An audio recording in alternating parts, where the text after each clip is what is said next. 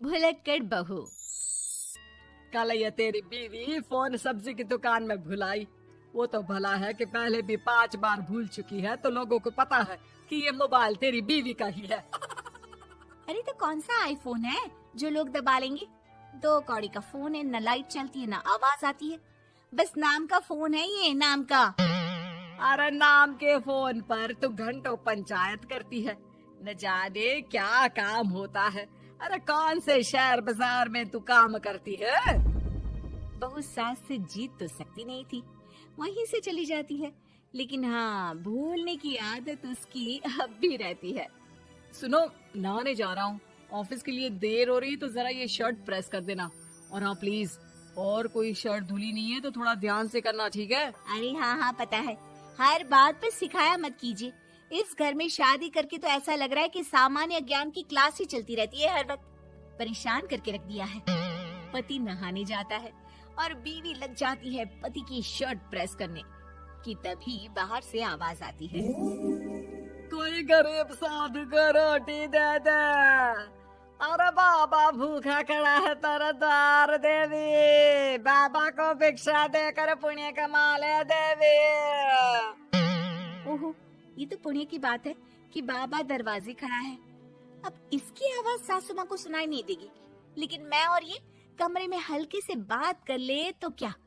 अरे घूसी चली आती है। चलो पहले बाबा को ये रोटी दे देती हूँ।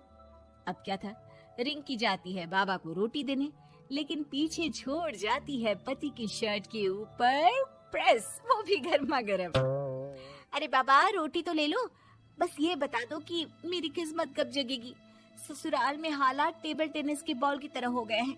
कभी कोई इधर फेंकता है तो कभी कोई उधर फेंकता है, कोई इधर मारकर उधर फेंक देता है। समझ में ही नहीं आ रहा कि ये भूलने की आदत कैसे ठीक होगी। कोई उपाय हो तो बता दो ना बाबा। बाबा घर के अंदर देखते हैं तो 1 घंटे बाद टीवी पर गजनी फिल्म शुरू होने वाली होती है। याद है ना, गजनी फिल्म जिसमें आमिर खान को भूलने की बीमारी होती है और वो हर बात को लिख कर याद रखता है। अरे बेटे, हम बाबा हैं, हर किसी सवाल और जीवन में दुख परेशानी का निजात है हमारे पास।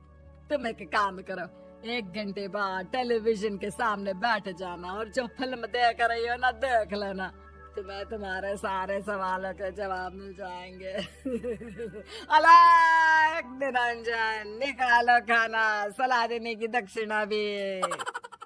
अरे बाबा, जीवन से ये वाली समस्या खत्म हो जाए तो समझिए मेरे घर से आपका लंच पैक शुरू, वो भी बिल्कुल फ्री में। तभी अंदर से पति के जोर जोर से चीखने की आवाज आती है। अरे क्या मजाक बना रखा है तुमने? ये क्या है, पूरी शर्ट जला दी।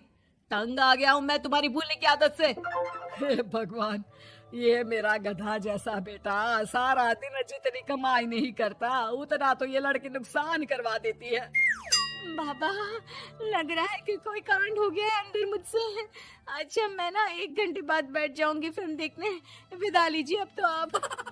जैसे ही वो घर के अंदर जाती है, सामने पति खड़ा होता है फटी शर्ट पहनकर। ओह, माफ करिए, वो पापा आ गए थे दक्षिणा के लिए। अब कर्म और धर्म का लेखा जोखा भी तो संभालना है ना जीवन में, तभी तो चली गई थी उन्हें रोटी देने। वैसे खुशी की बात है, बाबा ने कहा है कि 1 घंटे बाद टीवी देखना, और टीवी देखते ही मेरी ये बीमारी का निजात निकल जाएगा। हाँ हाँ, और जो नुकसान हो गया है यहाँ, वो क्या तेरा जोगी बाबा भरेंगे? देखिए प्लीज, शर्ट बदल लीजिए ना। नहीं, आज तो मैं ऐसे ही जाऊंगा ताकि लोगों को भी पता चले कि कैसी भुलक्कड़ बीवी के साथ निभा रहा हूँ मैं। शुक्र मानो कि छोड़ा नहीं है तुमको। पति की ये बात तो अब रिंकी के तन बदन में लग जाती है। वो सोच लेती है कि अब किसी भी हालत में वो अपनी ये भुलक्कड़पन की बीमारी को खत्म करेगी। फिर क्या था, पति तो फटी शर्ट पहनकर चला जाता है और 1 घंटे बाद बहू कमरे में सो रही होती है कि सास आ जाती है। अरे भुलक्कड़, तुझे तो फर्क नहीं पड़ता, लेकिन हम लोग परेशान हो चुके हैं। जा, तेरा बाबा बोल रहा था ना 1 घंटे बाद टीवी देखना, तो जा देख, क्या पता कुछ सुधार हो जाए। बहू टीवी खोलती है तो सामने चल रही होती है गजनी फिल्म, जिसमें आमिर खान शरीर में या दीवार में लिखकर अपनी चीजों को याद रखता था। तेरी वाह, ये तो सच में बड़ा सही आइडिया है। इससे मुझे याद रहेगा कि क्या करना है और क्या नहीं। अब तो मैं भी सब सीख लिया करूंगी। वो टीवी बंद करके किचन में जाती है कि सास की आवाज आती है। अरे तेरी बुआ सास आ रही है, खाना बना लेना उसके लिए भी। जी माँ जी, बिल्कुल बना लूंगी।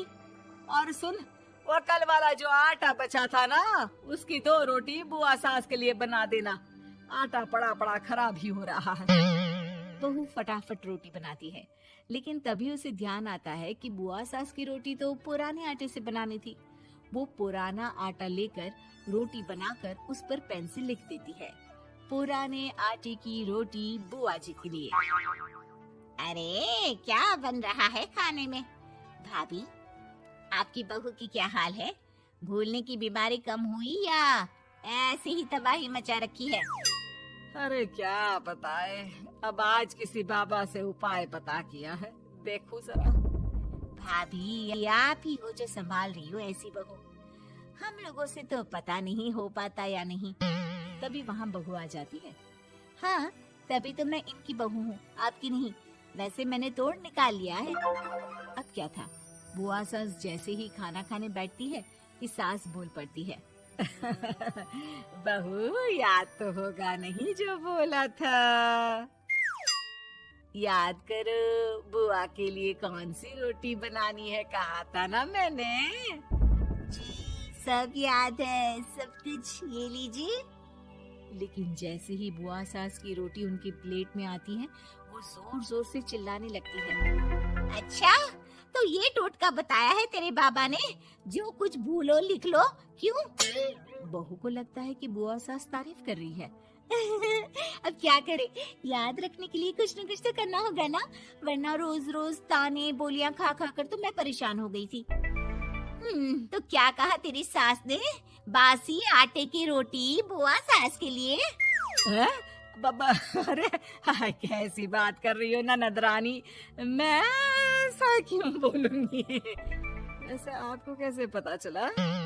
क्योंकि तेरी भुलक्कड़ बहू ने ये लिखा है। बहू सबके सामने वो रोटी रख देती है जिसमें लिखा होता है, बुआ सास की रोटी बासी आटे की।